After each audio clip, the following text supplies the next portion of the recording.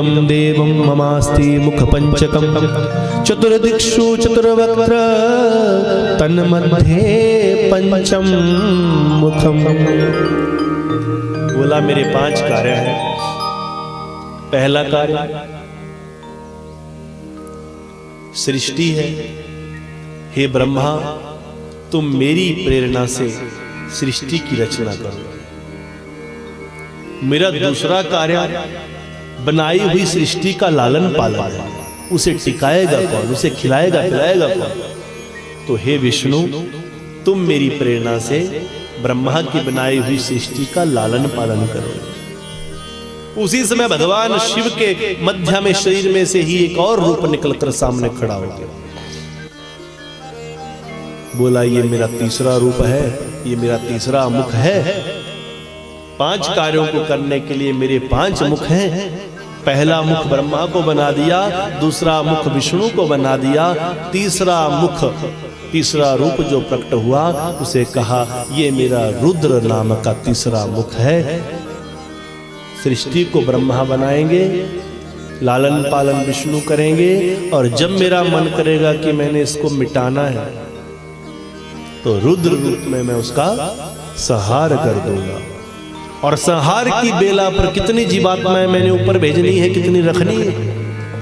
इन आत्माओं के आवागमन के लिए जो मेरा चौथा कार्य है उसे कहा गया तिरोभाव। और तिरोभाव का अर्थ है आत्माओं का आवागमन। तो उस कार्य को मेरा चौथा मुख करेगा। और चौथा मुख प्रकट हुआ, चौथा रूप प्रकट हुआ, उसका नाम रखा महेश। क्या नाम रखा? उसका नाम महेश रखा। सृष्टि, स्थिति, मेंटेनेंस, रुद्र, प्रलय, संहार, महेश, आवागमन। यहां से वहां जो लोग मर रहे हैं उनको कौन लेकर जा रहा है? महेश डिसाइड करेंगे ये कहां जाएंगे, कहां नहीं जाएंगे, क्या करना है, क्या नहीं करना, सारा काम संभाल।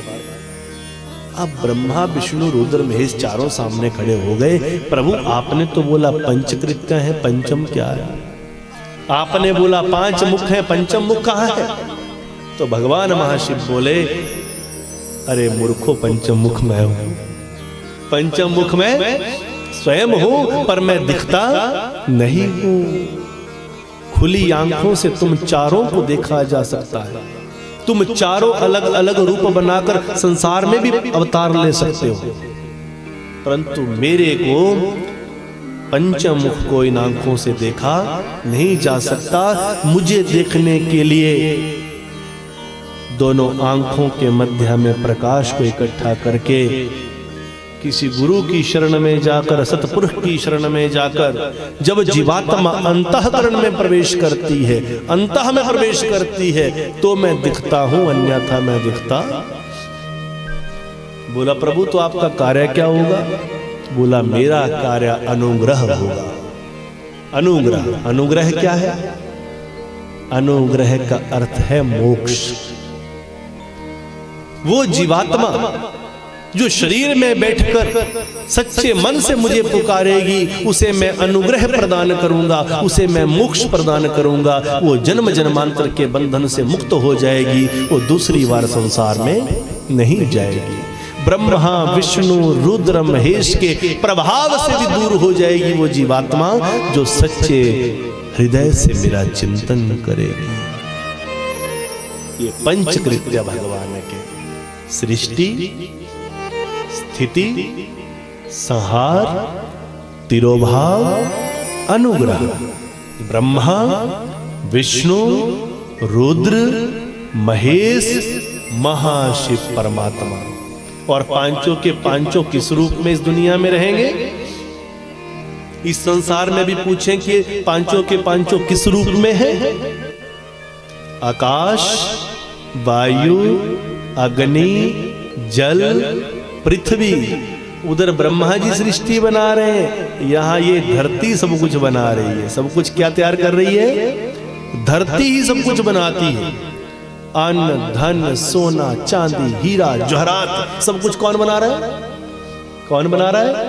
ये धरती ही पैदा कर रही है, और कोई पैदा करने वाला नहीं है। तो इसलिए जो धरती है उसको ब्रह्मा के साथ मैच किया गया है। धरती को ब्रह्मा का स्वरूप कहा गया है। अब जो बनाया धरती ने जो कुछ, उसको टिका के कौन रखता है, उसको मेंटेन कौन करता है, किसके साथ वो धरती का कार्य संपन्न होता है। धरती कुछ भी बनाना चाहे, पर जब तक पानी नहीं मिलता है तब तक वो अपनी उस स्टेटस को मेंटेन नहीं रख सकता है, अपनी स्टेज पर रह नहीं सकता है।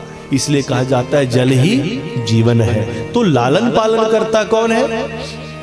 विष्णु। और विष्णु किस रूप में रहते हैं? जल के रूप में। तीसरे पे आ गए संहार। उधर रुद्र संहार कर रहे हैं, जला देते हैं, और यहां पर संहार कौन करता है, मिटाता कौन है? अग्नि। अग्नि जहां पर प्रदीप्त हो गई वो किसी को भी छोड़ती, वो ये नहीं देखती कि अच्छा है कि बुरा है। जहां अग्नि लग गई सब खलास, खत्म। तो रुद्र किस रूप में है? अग्नि के रूप में है। चौथे आ गए महेश। तिरोभाव, आत्माओं का आवागमन यहां पर इस दुनिया में, यहां से वहां कौन लेकर जाता है? सुबह 10 बजे देखा तो बादल चिल्लाहट में ऊपर मंडराने लगे।